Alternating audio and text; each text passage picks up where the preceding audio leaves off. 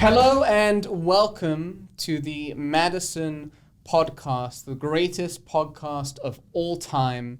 I am very proud to be a part of it. I am your host today, as I mentioned, 85% of the time, Ben Lavender, New York's favorite British mortgage broker. Thank you for watching. We have a very special guest, the man, the myth, the legend, the gangster, whatever you'd like to call him, Mr. Andrew Ragusa we should say the principal, the broker, the owner of REMI Realty. That's right. Yeah. Thanks for joining, man. I appreciate being here, man. Thank you. How are you doing today? Good, man. I'm excited because I've watched your show and I like it. You do? No. I was going to say, I always say this, I haven't even watched an episode myself yet. But what do you need to? No, I'm on all the time. Ben and I are really good friends and we do a lot of business with each other. And I know he started doing a podcast and I'm like, I want to contribute. So, yeah. And then you reached out to me before I even got to ask. So I was like, it's time. Yeah. It's time. So thank you for coming on. I'm genuinely, like all jokes aside, I'm genuinely excited that you are on because you offer a very different perspective when it comes to the real estate business and being a broker to your agents and all the things that you do. You really embody that entrepreneurial spirit. There's so much stuff that you do. And how long have you been in the business, Andrew? Total? Yeah. 6 years. Okay, so that's a good segue, a good thing to start off with. Like, what were you doing before? How did you get into it? How can you talk to us about like your journey to how you got where you're at now? Yeah, sure. So I went to college because everyone told me that's what you should do if you want to make money. Yeah. I bought that lie. Times have changed. Yeah, and then It depends what you're studying. But generally speaking, let me clarify that. If you're going to be a doctor, nurse, lawyer, or anything that's a specific trade and you know exactly what you're going for, that's fine. But if you do what I did, which is a general sort of business degree or a broad degree or a liberal arts degree or anything like that, as did I. Yep. It's a humongous bill that's going to be a little disappointing later. But, I did that because my parents told me if I went to college, I was going to make money. And that just wasn't the case for me, which is unfortunately for a lot of people. Yeah. But anyway, I studied healthcare administration. I got a bachelor's and master's. And actually, when I finished the bachelor's, I thought like, okay, now they're going to give me a promotion, right? And I was applying for jobs and they just kept shooting me down. And I just kept saying, we found someone more experienced, and that. So then I thought, okay, I'll go get a master's because then they definitely have to promote me because I'm a secretary. Like, why would you have a secretary with a master's degree? Yeah. Right. So I did the master's and I did it like in record time. Did it like a year and 2 months. Damn. Like I took a class. I had to get special permission to take the class load that I got. The school had to approve me taking so many credits at one semester, and I banged it out fast, and they still did not promote me. I was applying for transfer and they kept saying, "Oh, we found," and then the thing that like was like the thing that broke the back of the camel, whatever they said, like the last straw, was when my direct manager had quit and she was moving to another job. So there was an opening in my department for the manager. So it's like, okay, right? I applied for it and another person applied for it. The other person who applied for it had no degrees, right? She was a mom. Very sweet woman, but she had 7 kids, big family. Okay. And they told me that they chose her because she is a mom with a big family. And I was like, but I went to school for this. And these aren't her children. Yeah, I don't understand. So I didn't see that there's anything wrong with that, but I'm just like... No, there's nothing wrong with it. Like, how is that a qualification? That's exactly. Like, one is managerial skills that I was trained to do for healthcare. Like, I mean, it's not easy to manage. No. So 7 kids, that's no joke. Credit needs to be given where it's due. I can't imagine. Like, my sister has 2. Of the job. My sister has 2 kids, and they're loud, and I can't imagine what 7 kids would be like. So it's like, but my point is that, like, I went to college to be a healthcare administrator, and I had management skills. Yeah. And I studied for that. And you worked that. And then they gave it to the person who didn't do that, and they just said, well, she's got a big family. And I'm like, that was like really upsetting. I don't blame you. Hell hath no fury like a Ragusa scorned. so you basically got revenge by kicking ass in the real estate business. So what even like gave you that idea to jump into real estate? Well, what happened originally was first I quit. And I quit before having a job. And I was thought like, okay, maybe if I don't have a job, I'll have pressure to go find a job. And it was actually, I think the time was like 2015, 2000, it was actually 2000, it was 13. And the economy was terrible. And it was just very bad job market. People were not finding jobs. I was unemployed for about 2 years. And it was like the worst feeling ever. It's like, cause kept getting turned down. I just could not get anything that was worth doing. The only jobs I could get were like what I had already, was to be a secretary again of something.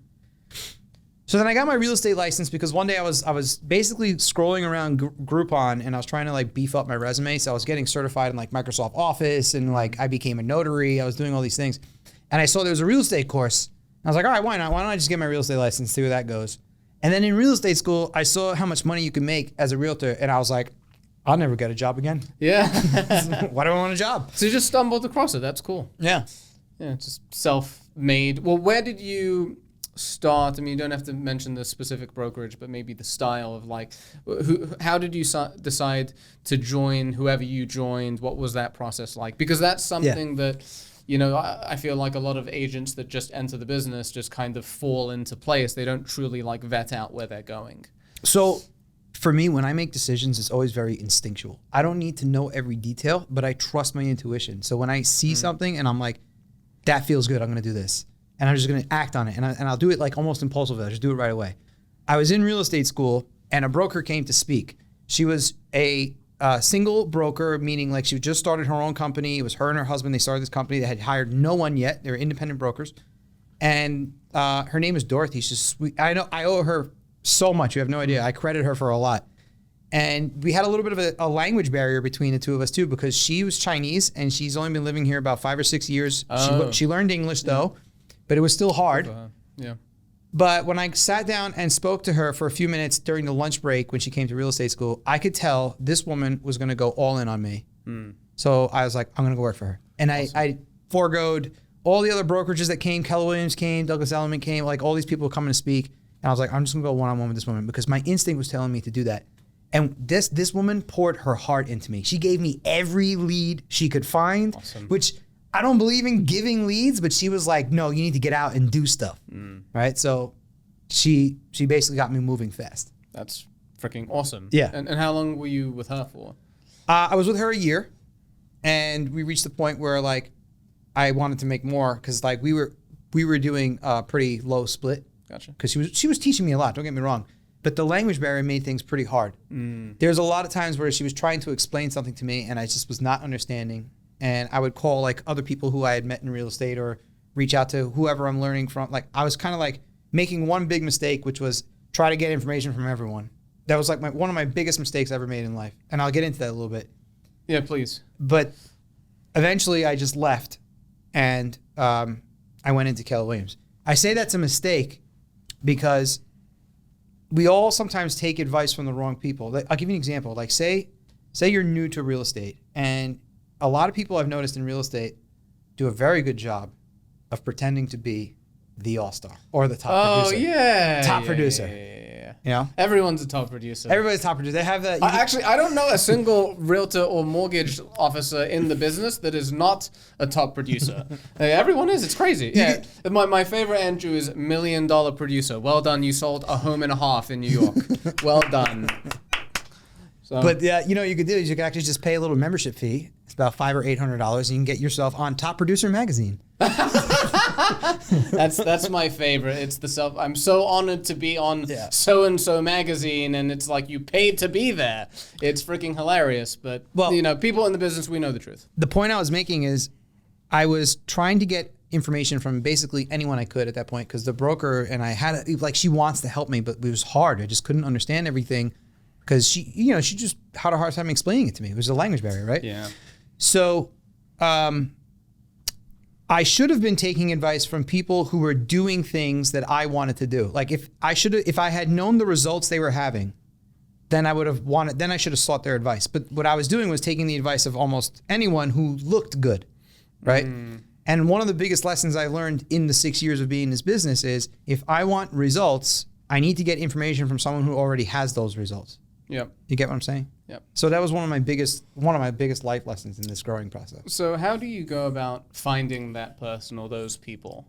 Because I feel like that's another thing, especially when everyone is $1 million producer. Like, how do you filter that out?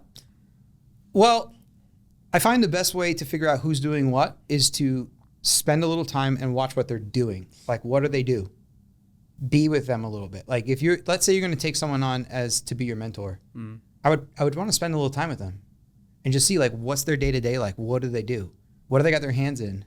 And then determine based on the results that they have. Like you can't fake a lot of things. Like if someone has they have like a nice big business and you can see that they have they're getting calls all day and they're showing properties and they got listings, they're putting deals together. Or for my sake, I wanted to do a lot of investing. So I started hanging out with investors. They have houses, they're going to job sites, they're, managing their tenants. And you could see that, right? Yeah. And it can't be faked. And to add and to give you some props here, and we were talking about this before when we started, is that you're always on the move. Yeah. Like just look at your stories. You're in 50 different places in a day. You're into the investing side. You're on Fox News or whatever you're on, and all this stuff that's really, really cool. So you're kind of doing that yourself as well. Right. So I'm sure people are reaching out to you. They must be for the same thing. Well, yeah. I mean, I've had a lot of people reach out to me and ask for advice, and I give advice as if it was going to be I don't filter. And I want, look, another thing I noticed from people is you could ask someone how to do something and they'll give you 80% of it. You know what I'm talking about? There's a certain personality type that's I'll say, oh yeah, I'll show you, but they don't kind of give you the full picture because they want to be somewhat needed. I don't do that. I give you 100%. This is exactly what it is. Yeah. Right. And that's why the people who joined my brokerage started producing, like Adriana, right? I was this is how you do it. She goes out, copies exactly what I'm doing, has the results. That's it. So that was kind of how I just, people reach out to me, they grow fast. Yeah, and it's working, right? The proof is in the production. Yeah, as I like. You to can look say. her up. She's doing very, very well. And my team and I, we always love working with her. So that's cherry on top. It's one thing to be a great producer. It's another thing to be a great producer and someone that people enjoy working with. So so we appreciate her.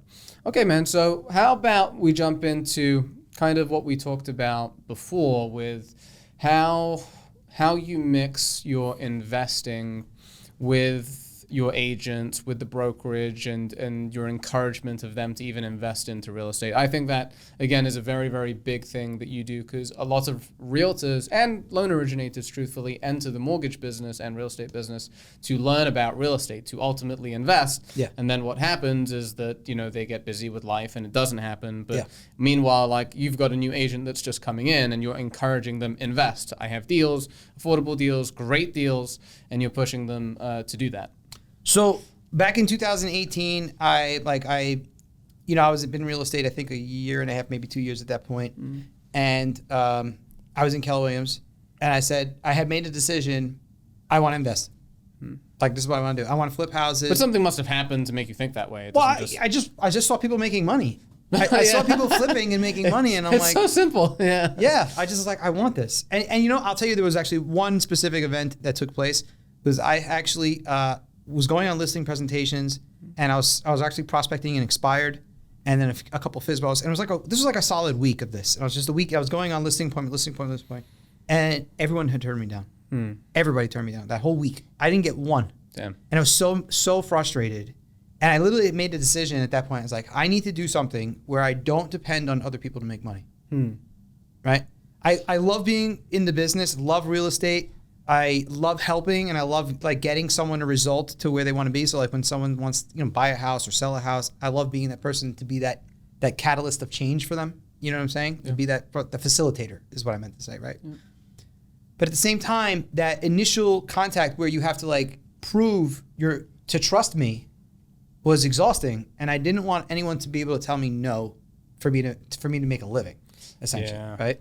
So that's where I started noticing flippers were making a lot of money, and I'm I want this, because then if I still sell real estate and I work with buyers and sellers, it's fine because I got the flip running, and then I'll know I still make money no matter what happens on the real estate side. So it's multiple sources of income, but it's also business within the business, which all connects one way or another and leads to more, which has been happening for you anyway. Yeah. And what happened was when I made the decision to do that, I actually had to leave KW. One of the reasons why I left KW, and I moved into a brokerage that the broker, I had sat down and talked to them, and I told them, this is my goal. I want to start flipping houses. And they said, okay, we will make that happen for you. Wow. So I quit KW, went into that brokerage, and then I never heard from them again. What? The broker disappeared. He was too busy for things. Yeah. He did not invite me to anything, did not show me his resources. The initial consultation with him when he was trying to get me to quit KW, he was like, I'm going to take you with me to these auctions. I'm going to take you with me to these events. You'll see when I get buildings. You'll know how we, get the construction done and organized, and I'll show you who the lenders are and blah, blah. Nothing. So I joined in and he ignored me. Basically bait and switched you. Yeah. All of a sudden he became really busy. And then like I would get a text randomly, be like, I didn't forget about you, but like 4 months have gone by, and I'm like, well, I've moved on because when I say I want to do something, I'm not going to wait for you. I just went and did it. So then I left that company, went into this whole scenario where I butt heads with another guy, tried another company and left, and then started my own. Gotcha. And that was that. And the first thing I did when I started my own was start flipping. Like I found money, went to a real estate auction, bought a house, and started. That simple. Yeah. And you just kind of figured it out as you went along. Did you have construction or rehab experience before? No. How did that work? So I had no construction experience, but at the same time, my father is an architect. So like I've been around job sites. That doesn't mean that I know things. Like I'm not an architect. You're just comfortable with the environment. But I was comfortable with job sites, right? Yeah. And I was familiar with stuff. So this is a hammer. Yeah, I mean, like, I know, like, what goes on the site. Like, I know what tools are. I know, like, what it should look like. I know, like, that projects have to keep moving. Like, I knew basics. I wasn't 101. I might have been 102. Helps a lot, actually. Right? Yeah. Like class level 102, right? But that wasn't enough to make the project happen. What I did was I went to a Tony Robbins event in New Jersey.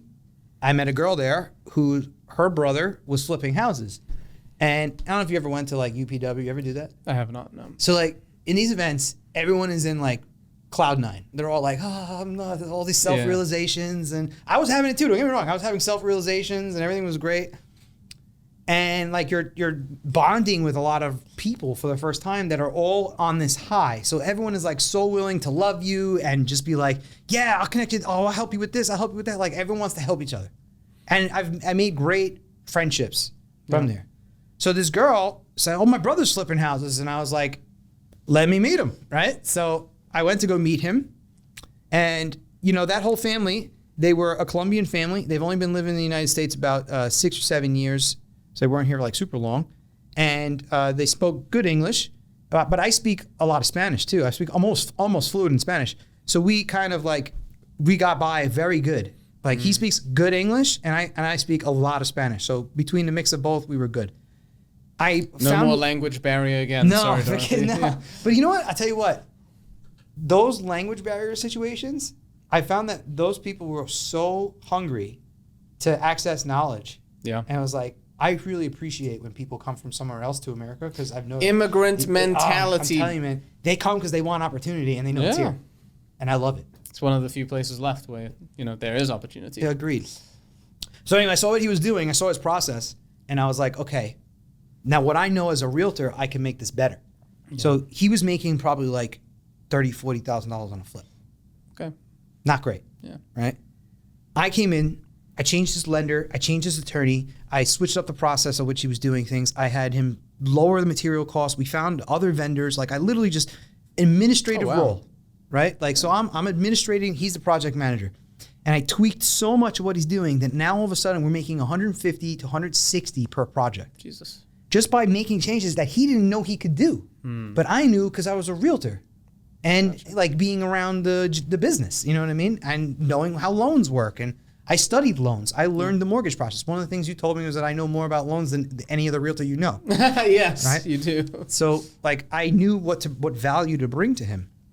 And then after we bought that first house, I went to my friends and family and said, hey, you want to invest in this? The first person I went to was my brother-in-law and my sister. And I was like, bro, give me $50,000. I'll give you back $75,000. Not bad. 50% return on his money. Yeah. Right? And he was like, done. Yeah, of course. He handed me the check. I took his money. I went to the auction, bought another one. Sweet. And I repeated that process 2 more times. So I actually had 4 houses by the end of 2019 and 2020. What's also cool about this, Andrew, is that, like you see on social, a lot of the gurus that say like you can fix and flip and you don't have to use your own money and it's fine. Like you literally did that. Yeah. From the start. Yeah. Yeah, you didn't use your own. I imagine maybe you had some of your own EMVs I put money and into stuff. it. So what ended up happening was when the pandemic hit, which I'll never forget the day, it was March 18th. I started having panic attacks because I have 4 mortgages on 4 properties, 4 hard money loans to be paid. Construction's at a stop. Construction material costs skyrockets. Holding time skyrockets. And I'm just like pouring money into these houses to make them not fail. Jesus. And they didn't fail. Yeah. I just didn't make any money. Yeah, okay, well. But what happened was These things happen. they made enough profit. Like they probably made like 20 or 30,000 each in the beginning. And I took that profit and paid my investors, like my brother-in-law and everyone else who gave me money, as if nothing happened. Like I paid them like the same promise that I made them in 2019, I paid them in 2020, and that was that. And because of that, I grew exponentially. People just started giving me way more money. My reputation went through the roof. Everyone started to trust me. And You sacrifice short-term profit for long-term. oh, dude, you know, in this process, I learned that I want to do this for the rest of my life. I want to buy houses at auction forever. I want to teach people how to do what I was doing forever. So for me to make a short-term gain, to like oh, okay, whatever, I'll put like $10,000 or $20,000 in my pocket, but then ruin my reputation so that I can't do it anymore. Yeah. Forget it. Yeah. I'll never do that.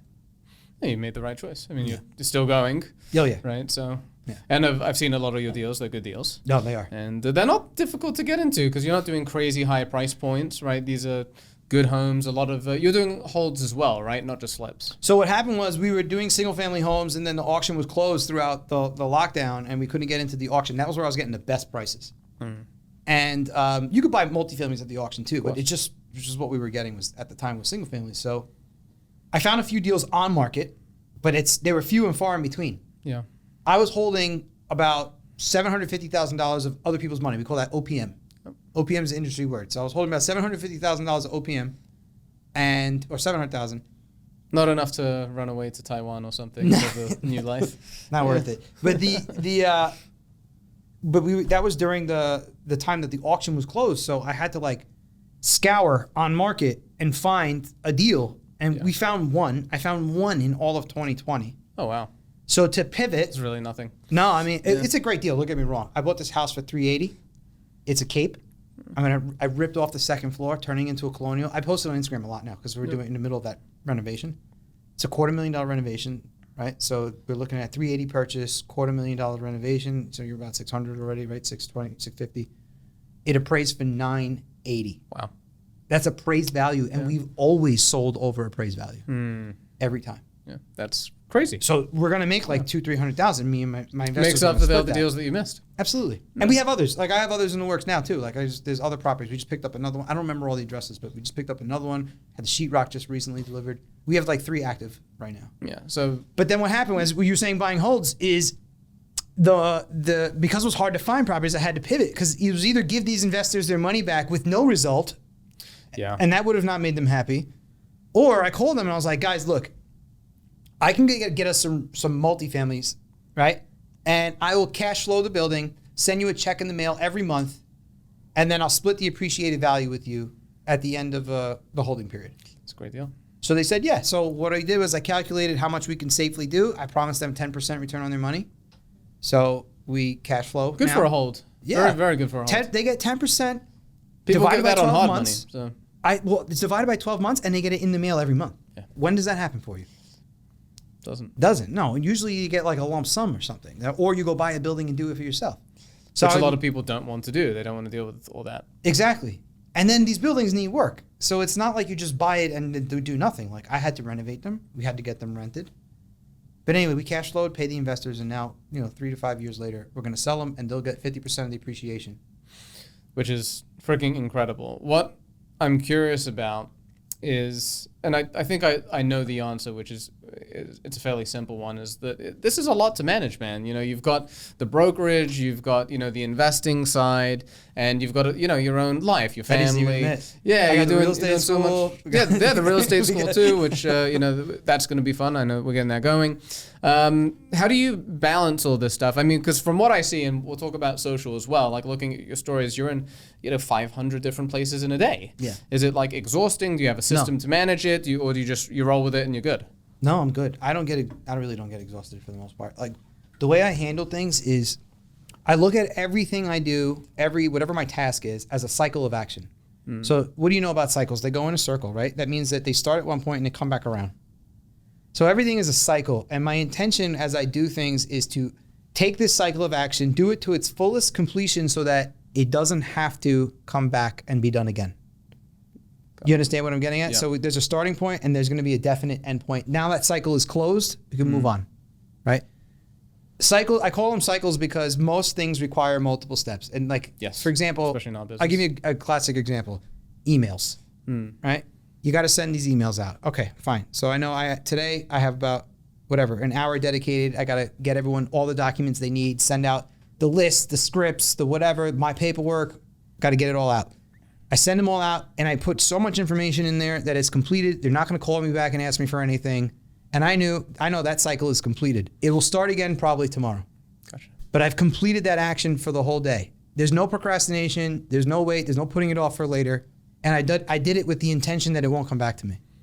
I see. You get what I'm saying? Yeah. Action, action, action. And It's like do it to its fullest completion Finish. and finish. I don't wait.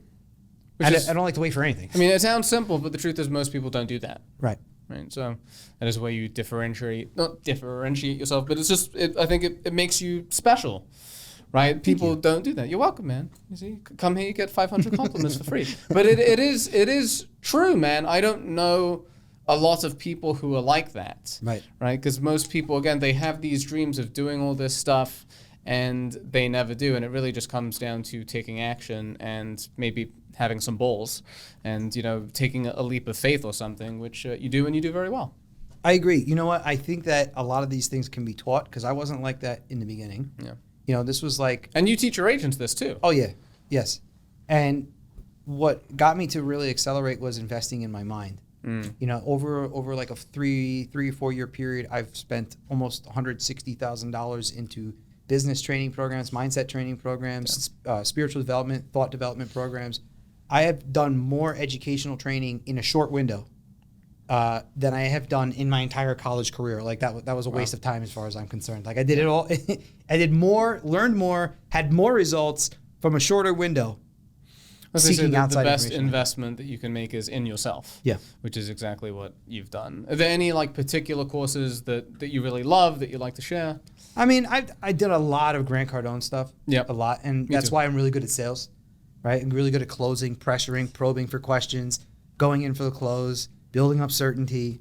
I know that people sit down and talk to me and they're like, oh my God, I want to do this. Like they get excited. They're ready. I'm ready to sign up right now. You know how many times agents have come to my office and they're like, they talk to me like, I was thinking about joining. And we just start chatting and talking. And I was like, what are your goals? What do you want to do? And they're like, I want to flip houses. And I was like, so, okay, this is how we're going to do it. I start breaking down exactly the path to flipping houses, how we make it happen. And we can start today. And they're so certain that it's going to happen because I'm giving it to them. I'm giving them the certainty, right? Yeah. That they're like, I've had agents sit in my office at the desk across from me, call the other broker right in front of me and be like, drop my license. Holy. but you know what ends up happening? And this is savage. This is a lesson for everyone, okay? What ends up happening is they don't always just easily be like, okay, and just drop your license. They put everyone through a retention program. And then they go back into the office and they say things like, are you sure? Don't you want to finish the year and give yourself a good job? Are you going to be upset with yourself if you don't do this? They create uncertainty. Yeah. So I'm here building up certainty, giving absolute answers with direct action plans and with clear results. I have them myself, right? Then they go to someone else and they make them question themselves. That other person makes them question what they were thinking. Are you unsure? Is this going to work? How many times were you promised things and not delivered? Right? So they go back to making them uncertain. And then some come over, some don't, right? Because you get hit with that. People affect each other. Of course. Right? And I've noticed that even just our own conversations, both, professional and personal, and you're always moving a conversation forward, right? We don't just talk for the sake of talking. It's okay, Ben, we want to do, for instance, the real estate school thing. Okay, so you have to do this, this, and this. I'm going to email you what you have to do. And you did it. Yeah. You did it. That was 7 days ago. And we're getting it going, and I'm, going to be licensed soon and all that stuff, and we're going to do classes and all this, fun stuff. It's going to be great. But it's that's what it takes. It's action. There's so much talk, which, is funny because all we're doing right now is talking, but we're giving value right now. That's true. We're giving value, and it's, this is good stuff to air out as well, because there are a lot of people, Andrew, who want to do what you're doing. And it's good to see, honestly, man. You're You crushing know, it. one of the reasons why you and I get along well is because you take action like just like I do, and I think you do it rather quickly. I don't think you credit yourself with enough. Like for example, I'm like, Ben, I want to try this program. Let's see if we can get some leads and get some thing going. You throw down your credit card. You're just like, here you go. Yeah, let's go. Let's go. Let's try it out. Because I always say it because we know each other well enough that I know that you're not going to waste whatever we invest in, right? So No, it's, I mean- it's the confidence too. It's because I know that you're going to smash it, you're going to close it, but because like going back and forth, I hate quoting Jeff Bezos, but like you've heard his speech where he can only make like 3 important decisions a day. So if I like dilly-dally on something as stupid as spending a little bit of money on marketing, that is a complete waste of energy. Totally. Right? It's like I'm better off investing in the leads. Let's see if it works. If it doesn't, no problem. If it does, keep it going or double down and move on. Whereas like most people will think about it for like a freaking month. It's like it's not that difficult. Right. You know, and this is a business. Well, the way I look at it too is if I don't bring a result back to you, then my ethics are out. Yeah. At that point, is that you have taken the action, threw in with me on something because I asked you to, right? So now it's my duty to have the result for you, Yeah. right? So I look at it like even if that marketing didn't work out, I have to send you other people. I have to whoever is investing in me, I must invest in them. Otherwise, I go out of my ethics, and if I go out of my own ethics, that will suffer my own business because it'll ripple play out in other things. As I start to feel bad about what I did, it will affect my decision making on all the other dynamics that I have around me. Which is the exact same train of thought as the investing that you were talking about a few minutes ago. Right. Where you sacrifice short-term profit for long-term. Right. Right. And it's like it's hard for people to make those decisions because, you know, money is important, especially here in New York where everything is expensive. Yeah. We need it to survive, but you have to, this is a long-term game. Right. Right. I agree. Well, it's one of the things that I learned in doing all those thought development and, you know, critical thinking and all those mental classes that I did was like, ethics is the most important part of anything I do in my life. It's if business, personal, whatever. And there has to be an exchange. Yeah. If you're not exchanging, and exchanges doesn't have to be in monetary form. Like I'll give you an example. Like in a romantic relationship, the exchange is love. Yeah. Right. If someone is loving you, you have to love them, or you shouldn't be in the relationship. Of course. Right. And like there's a flaw, even like parent to child, right? The parent, the mother, right? Cooks food for you, cleans the room, washes your clothes. I'm just thinking about what my mom's doing for me, right? I'm waiting to buy a house, and my mom is just like, my mom is so fast with the laundry. I'm staying with them temporarily while we wait to close on my house. My mom is so fast with the laundry that sometimes I'm like, didn't I just wear this? Like, how is it back in my drawer? Like, I don't understand. So, like, she's doing all these things for me, and then I know that I have to return something back for her. Otherwise, we can't be around each other because she's going to start feeling like, I just keep giving, and I don't feel this, and I don't feel that, I don't feel love, right? So all relationships are based on exchange. And if I was going to give anyone advice, business related or anywhere else in life, you need to just evaluate yourself and think, okay, what am I exchanging back? It can't be a one-way flow. Like I can't be the only one receiving, or I can't be the only one giving. If it's not an exchange, it won't last. Yeah, I 100% agree. And it's interesting because we've known each other for a long time. A lot of lender and realtor relationships don't last long because the relationship is mostly based on marketing and not, you know, an actual relationship and how we flow. So can you give us a little bragging or tell our audience about your experience working with us on the mortgage side as well? Give them some perspective. You don't have to name other lenders, but like what are some things that you enjoy working with us that, you know, just you appreciate? It doesn't even have to be compared to another lender, truth be told. Fastest loans in the West. That's true. Hands and down. the East. Hands down. Well, when I say the West, I mean in America, right? Fastest loans in the country. It's true. Right. I honestly, like we've done so many deals. I remember, I think it was like Sean and Preeti. Yeah. There was like lightning. I didn't see a deal approved that you had commitment in like 3 days, 2 days. Yep. And then we were just waiting for the sellers to get out. As usual. It's like, it was As just usual. so fast. But more importantly is like when I send you people, like I know I send you buyers, whatever, you know, and who are, whether they are immediate or they're going to be like a nurture, I send it off and I don't have to think about it. And that's like the biggest blessing I find working with you and your team is like, I know Addie's going to follow up. He's going to keep calling. He's going to stay on top of him. It's not going to be like a one-time touch. You know what I mean? Like, he's going to email, text message, phone call.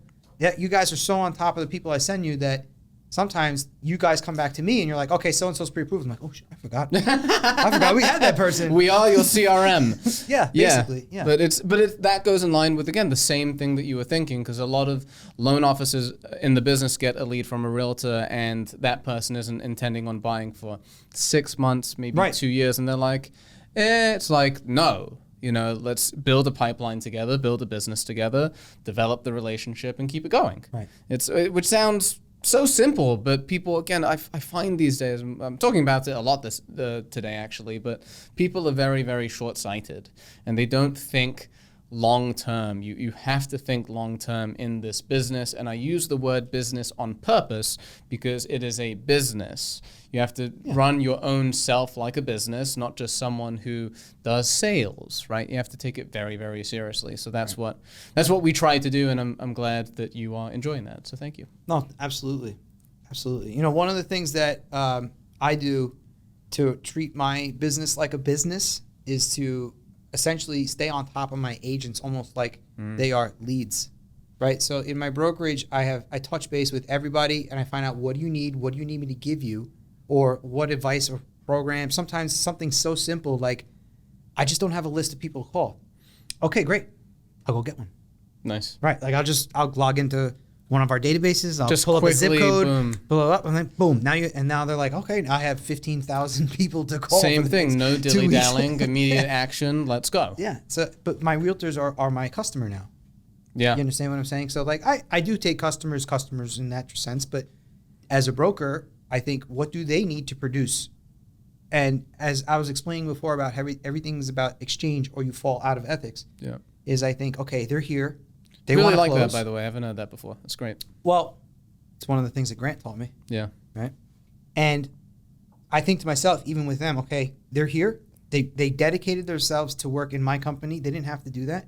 They could have went to Douglas Elliman or Keller Williams. They could have went somewhere with big CRMs and marketing systems, and they could have went somewhere where you can be a Douglas Elliman agent. Sometimes people will hire you just because you're Douglas Elliman. Yes. You know what I mean? It happens. Yeah, brand is important. Yeah, of course. I mean, it happens, but they're here, and they're here because there's a reason. They trust me. Yeah. So now I'm like, okay, that's what they're giving me. I got to give them back, right? So that I call them. I'm like, what do you need from me? I buy things. I buy like marketing suites. Like everyone gets access to Canva, and we get everything we want on there. And Canva's awesome. I don't know, have you ever used it? We do. We use Canva. It's like the best thing on planet Earth. Thank you, Canva. Like honestly, that was the best thing anyone could have right now, right? So we have access to those things. Or I buy like databases where we can get leads, we get names and phone numbers. We can search whatever. I just call them and say, what do you need to produce now?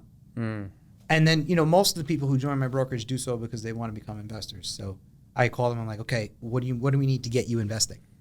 Adriana joined my company saying she wanted to be a landlord. So I said, how much money you got? And she told me what she got, and I was like, that's enough to do it now if you want. Really? Yeah. Sweet. She ultimately decided to do a few more deals on her own, but I was ready to get her going like the first 2 months she joined my brokerage. She just got a real estate license. She's 22. She hasn't done any deals yet. I was like, you want to own a building? I mean, I'll get you a building right now. Good for her. I mean, has she decided to invest yet? Yeah, she's going to. She's already committed herself now because now she's closed. Amazing. She's closed 6 deals in 6 months, right out of real estate school. That is unheard of, honestly. It's really good. You know, because I don't know the exact statistics, Andrew, but I think the average realtor on Long Island probably does 3 transactions a year, right? Something like that. I'm talking average. Yeah. Average Totally. when you combine with the top producers, everyone. Yes. So to do literally 1 a month as soon as you're done with Right out of real estate school is batshit insane, for lack of a better word. That's She impressive. doesn't know how good she is because Yeah. like I'll tell her the results and I don't think she quite believes it. But then when we talk about it, like in this, she'll watch this podcast and be like, oh my God, I didn't know most people do 3-5 deals a year. And she's 22? She's 22 or I think she might be 23 now. Yeah. But she has enough results that we can go get her a building like right away.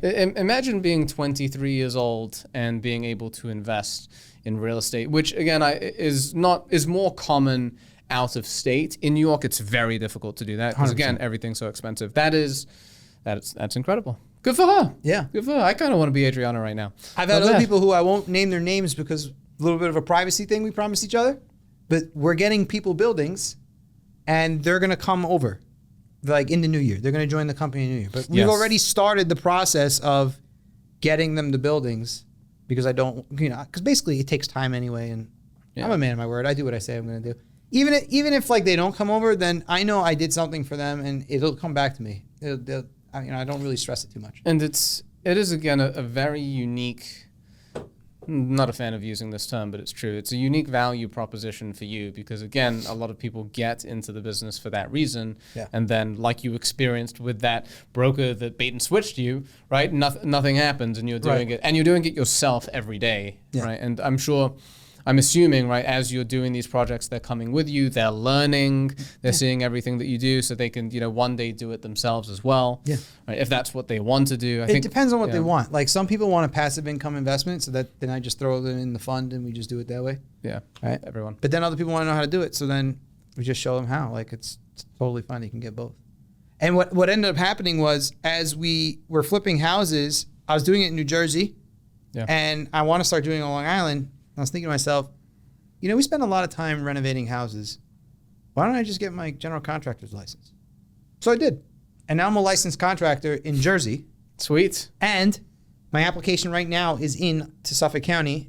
And like we're going to have it really soon because they basically said approved, and now we're waiting for them to send the license number. amazing. So I'm a licensed contractor now on Long Island too, in Suffolk. And I'm going to apply for NASA now. And that came from flipping houses. I'm like, if I'm renovating this kitchen, why don't I just renovate my customer's kitchen? Yeah, that's a great point. Another revenue source, even though that's not what you're thinking, but that's really what it is as well. It's another revenue source to add to your business, but more importantly, it's another value proposition to add to your clients because Right. as a realtor or as your client's realtor, we always say that the borrower, as we say in the mortgage world, is always most comfortable with the realtor. That's the person they're spending the most time with, Right. And they're doing everything. So you're essentially like a lot of people say that they're a one-stop shop, but that's a real one-stop shop. Well, where I got the idea from was actually Grant Cardone. I was in his mentorship program, and in that program you meet on Zoom once a week, and you talk. You could talk to them. There's a Q&A, and like they're just giving you like a good hour and a half of advice once a week, right? So one of the stats that they highlighted to us is that once you have a customer and they've done business with you, the likelihood of them repeating a transaction is sky high. Like you can resell to your client with sky high numbers. So cold outreach to leads. Let's say if the pie was 100%, right? You have about what was it, 10%, 5% chance of converting a cold lead, right?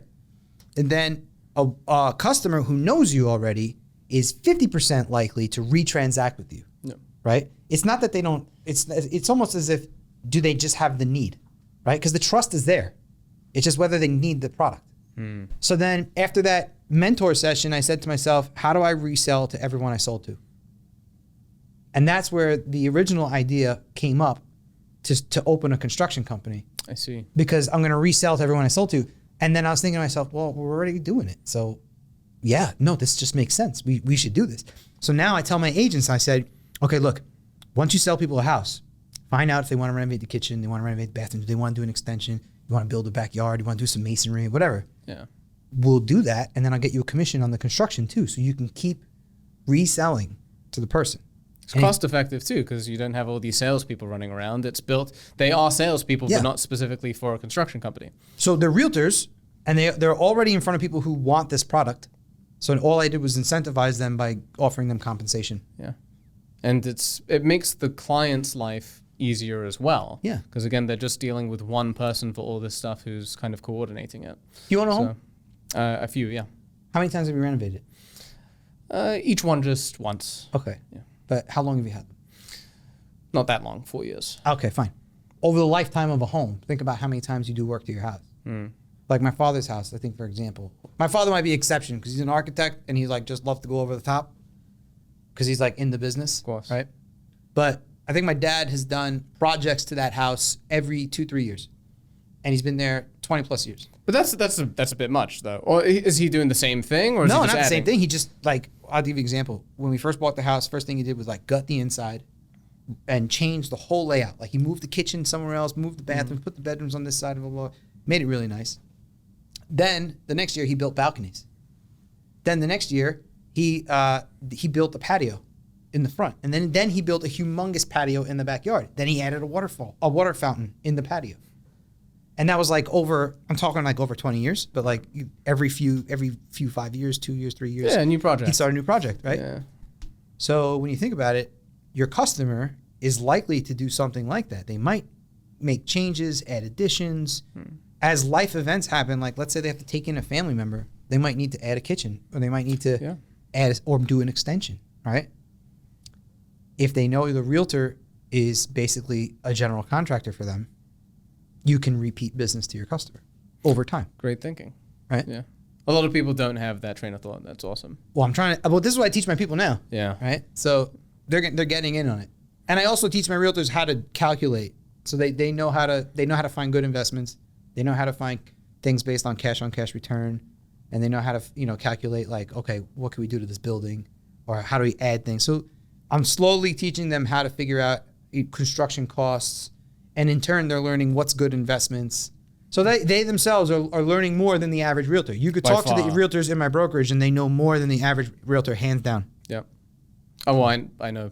I know because we work with them. Yeah, they know, which again makes our life easier as mortgage professionals. When you work with people that know what they're doing, it's easier. Yeah. Let's talk about, Andrew, a little bit about your marketing, because it's, candidly, it's very strong, right? You're verified on social.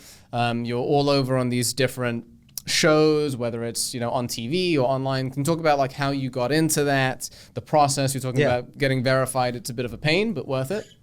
So that happened. So getting verified sucked. I'm not gonna lie to you. That was a lot of money, and took a long time. What happened was, in the beginning of like 2020, I had closed on 2 commercial deals that were awesome. I got about a $95,000 commission for both. Right? Not bad. It was pretty good. That was one of the all. biggest commissions I ever made. Yeah, incredible. I took that money and I said, okay, what do I know? What have I learned from billionaires, right? Because that, again, like when I study from these guys, like taking Grant Cardone's training or even Tony Robbins' training, when I did those too, these are billionaires. What have they taught me? In hard times, when the economy's down or when business is slow, and in 2020, because of lockdown, it was bad, right? There were some things that I was doing. I still had business, but it was not as good as it should have been, right? What they taught me was you need to increase the outflow. All right, you understand when I say outflow? You understand what I'm saying? Yeah, more. I'm assuming just more. Like my presence, what I want to sell. Oh, I didn't think you meant that at all. Okay, great. No, like your marketing, your business, whatever, you need to outflow more. And by outflowing, I mean get on TV, news, radio, magazines, ads, being omnipresent, right? So what did I do that year? I started a podcast, which I haven't recorded an episode in like 7 months. Was that your last guest? No, I've had plenty of people. I've had a lot of really rich people on there because I'll explain how I got them. Gotcha. But you just have to outflow, right? And they taught me that, like, okay, during hard times, you need to increase the business. You need to outflow. If you outflow, you inflow, right? Mm-hmm. That's how it works. You send out and then you will receive. It's kind of like the law of attraction too. Yeah. Like it's just a universal rule, right? So then I said, okay, how do I outflow big time? I took that huge commission and I hired a publicist. Publicist got me on TV. I started having speaking gigs. Now, this is like a little tricky. If you don't have good stuff to say, they're not going to invite you back. Yeah. you needed to study. Like, so I knew I was getting a speaking gig. I'm like, all right, I need to know how this works. I would call you, Ben. Yeah, I remember. Ben, tell me how this works. Yeah. I'm like, Ben, how does the rate process work? Right? Like, you gotta know your stuff, right? Yeah. So I started getting speaking gigs, and that forced me to level up a lot of what I knew. Great points. Yeah. Right? And because of that, I started getting on. And you have one good TV show, then you start getting asked to come on others. Gotcha. Right. So like, but it all starts with getting out there. Like they have to know who you are. They're not just going to be like, who's this guy? Ben. You can just show up. Like someone, you have to be in their face. That's the fantasy. Right? Yeah. I mean, Don't get me wrong. There are anomalies to that. There's exceptions to the rule. Like there are people who like just get picked up because they just happen to be the right place, right time, or maybe they're doing something so incredible that like you can't ignore them, right? Yeah. But at the same time, if you feel like you're not at that level where you're just like the superstar, you have to get out, and you need to get out by either spending money or the time to make yourself present. So I hired the publicist, and the publicist was pitching me to TV stations, to news radio and all this stuff. And I was going on podcasts and news and radio regularly. I think I was like, every week I had something.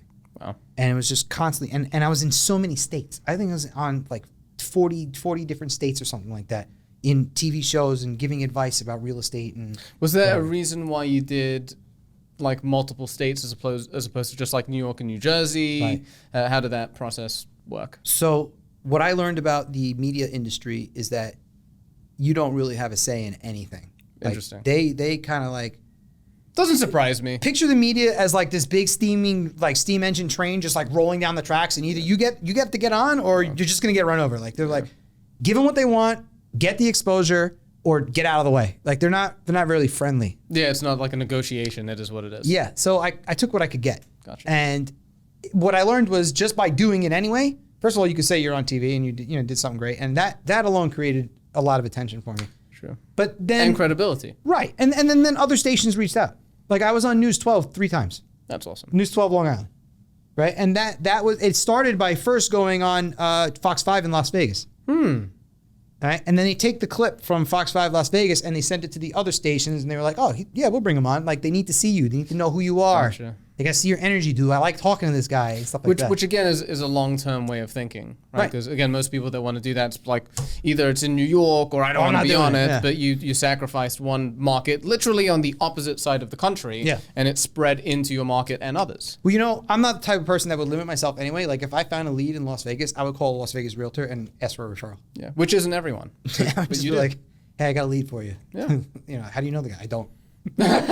Honesty is the best policy. Yeah. So yeah, by investing in marketing like that, I started having strong TV presence, and I did it a lot, and I did it like all throughout the year. I spent the entire commission on it.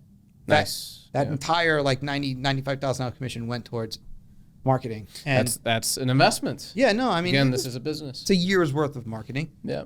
Ultimately, what ended up happening was I got verified on social media because like it just kept showing up, and then I was writing a book. And I was just like typing. I think I wrote like 500 pages, and it's like there's like a lot to it. And I really want to release it, but that is a lot. I need an editor, and because there's no way what I wrote. Maybe break it up into multiple.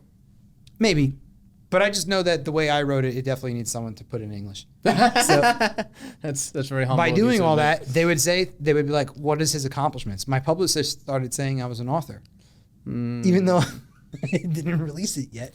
I have it. Like if you ask me for it, I can send it to you. Like I have a PDF. Is that the definition of an author, that you must be published? I mean, you could just. I don't think so. I mean, I could write something and be an author myself. You could self-publish, so it kind of doesn't. Yeah, it doesn't matter. Like I could take my PDF, upload it to Amazon, and anyone can buy it. Yeah, I'm an author. Right, but he was using that, so I learned. Again, something else I learned from people who do things on a big level, right? Yeah. And that's how I got out there. Taking a lot of action, and and all the different actions, as you can see, complement each other and lead to bigger things, which it has. So with my social media being verified, it really increased the amount of people who were following me. And then when I started talking to other people on Instagram, they started responding like big time. So like now I will reach out to other people who are verified. Great and they'll answer point. They'll answer Great me. point. I talk to James O'Keefe every now and then. Really? Once in a while. He sends me DMs. He's like, hey, you want to share this video? I'm like, yeah, I'll share your video. That's freaking awesome. Yeah, so it was worth it. Yeah, it was worth it. No, totally. Like I reached out to other blue checks, and I'm not saying they like engage you and have full blown conversation. Yeah, but they'll respond. But they'll respond. Yeah, totally. And you're potentially. And I don't know him personally by any shape or form. You know what I mean? Yeah. He just responds to my DM. That's good. That's good. Okay, so how has social changed your business, if it has at all? Does it help you get more business, or does it, again, just like complement? Yeah. How does that work for you? Social media has become a follow-up system. That's pretty much how it works for me. I add all of my... Please elaborate. That's, because I think the same way, by the way. Yeah, so my customers are realtors and buyers and sellers and investors, right? Those are my customers. And everyone I talk to, I say, follow me on Instagram. And then I put in my email signature. follow me on Instagram, and I have a link to it right there. And so everywhere I go, I'm like, follow me on Instagram, follow me on Instagram, and I follow them back and make sure that we're actually on there. I use that, and I post opportunities to invest. I post properties. I post funny stuff, memes, I see it every day. whatever. Like repost funny things. And Your IG is awesome. stay in touch with people. Yeah, I'm a fan. I kind of think of it basically the same way. Like I like to think of social media the same way people look at email drip campaigns. It's just another format to, one, stay top of mind with your audience, remind them who you are and what you do. But the only difference is, or it's a large difference, is that you can and you do actually engage with them and can progress a relationship forward. So it's simple, but it's really freaking powerful. But it's exactly what you just said, though. It is a engagement platform. If you think about it, they're more likely to interact with you on social media and watch your stuff than they are to open your email market. Agreed. Right? So it's actually like a way more effective marketing system than the traditional email blast. And I have everyone on email drips too, but Same. I have more customers on Instagram because I don't have email drips for realtors, and But I'm sure they do don't want it. both, as do I. We hit them from every single angle. Yeah. Remind. Exactly. You know. Yeah. But since I'm selling to so many people here, I'm selling to investors, realtors, and customers, social media has become like the perfect thing for me. It's great. Yeah, mine too. I use it to interact with literally everyone, and it's like my philosophy. In addition to the staying top of mind, it's basically a giant non-stop networking event. Yeah. Where you can just interact with everyone, connect with everything, and it works well. So Andrew, we've touched on a lot. Is there anything else you would like to go over? You think our audience, which again is primarily like 50-50 split between loan officers and realtors, anything that you could provide that you think they would enjoy, that they should know? Best piece of advice I would give anybody is whatever results you want to have, you need to go seek them out from the person who has them. That's all. Don't ask a plumber how to be an electrician. Don't ask a homeless person how to make money. Don't ask a person who's making $100,000 a year how to be a millionaire. You want to be a millionaire? You want to be a billionaire? Pay for the knowledge. Pay for it. It's worth it. It's worth it in spades. Yeah. And take the action quickly, which you do. Yeah. They're going to teach you that. The billionaires will teach you that. Yeah. All right, man. And where can people find you if people want to reach out? Obviously, find me on Instagram. Just search my name, Andrew Ragusa, or call Ben. I'm sure he'll put you in touch with me. That's true. I will. All right, man. Thank you so much. Appreciate it. It was fun. It was awesome. We'll have you back next year. Cool. Over and out.